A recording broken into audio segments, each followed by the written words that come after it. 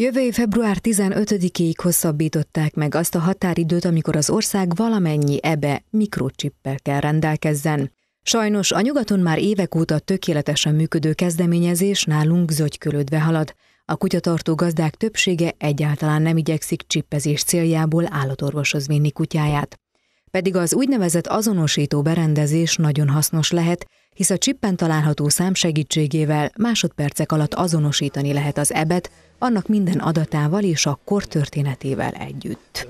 A mikrocsippezés ez mindenképpen egy jó és hasznos dolog, mivel identifikálja az egyénileg meghatározzuk az állatnak a mi voltját. Tehát ez a szám, amit ez a mikrocsip kiad nekünk a mikrocsip olvasóval, ez csak egyedül a világon neki van. Tehát amikor én leellenőrzök egy kutyát, hogy ez a kutya melyik kutya pontosan, tehát a könyvével talál, amelyben természetesen szerepel a mikrochip száma, össze tudom kötni. Tehát ha beoltom veszettség ellen, akkor én abba a könyvbe írom be, amelyik igazán az ő könyve.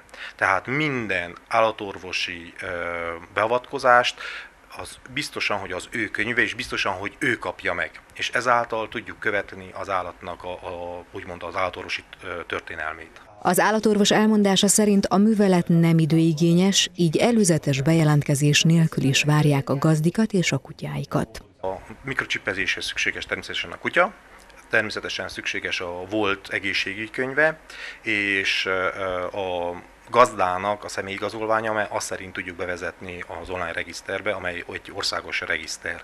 Na most nem kell megijedni tőle, egy kicsit vastagabb tűvel adott injekciónak felel meg ez a csippezés, pár másodperc alatt megvan, inkább a papírmunka az, ami hosszabb, mert fel kell vezessük a regiszterbe, illetve ki kell nyomtatni és alá kell írni ezt a papírt. A beavatkozás során a kutya fültövéhez fecskendezik be a mikrocsippet, majd a csippen lévő kód alapján bevezetik az állatot az országos nyilvántartásban.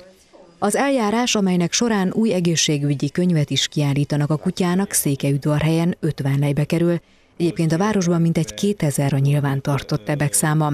Az állatorvos elmondása szerint ugyan még sok a szkeptikus, de reméli, hogy a gazdák idővel meggyőződnek az azonosító hasznosságáról. Hozzátette, Udvarhelyen és a környékbeli falvakban is jónak mondható a csippeztetési hajlandóság.